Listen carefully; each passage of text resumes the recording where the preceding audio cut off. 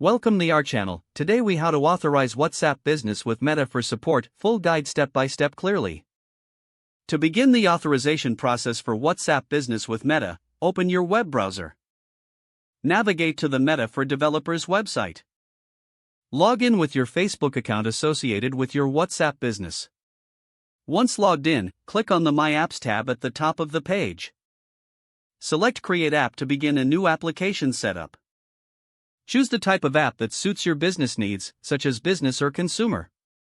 Fill in the required details such as app name and contact email. Click Create App ID to generate your new app. Next, you will be directed to the app dashboard. Locate the Add a Product section in the left menu. Find WhatsApp and click Setup to start the integration process. Follow the prompts to complete the setup of the WhatsApp product. You will be asked to verify your business phone number by entering it. You will receive a verification code via SMS. Enter the verification code in the designated field. Once verified, you will be taken back to the app dashboard. Click on Settings in the left menu, then select Basic. Ensure all your business information. Next, navigate to the Roles section. Here, add team members who will manage the WhatsApp business account. Now, go to the Settings tab again and select WhatsApp Business.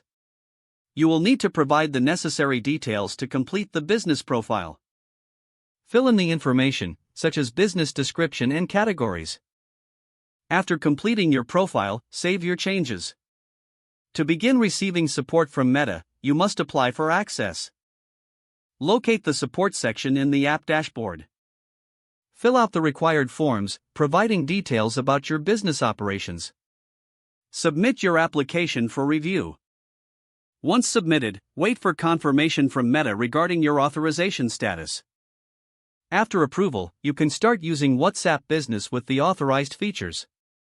Review the guidelines provided by Meta for best practices and compliance. Don't forget to like this video and subscribe to our channel for more step-by-step tech guides.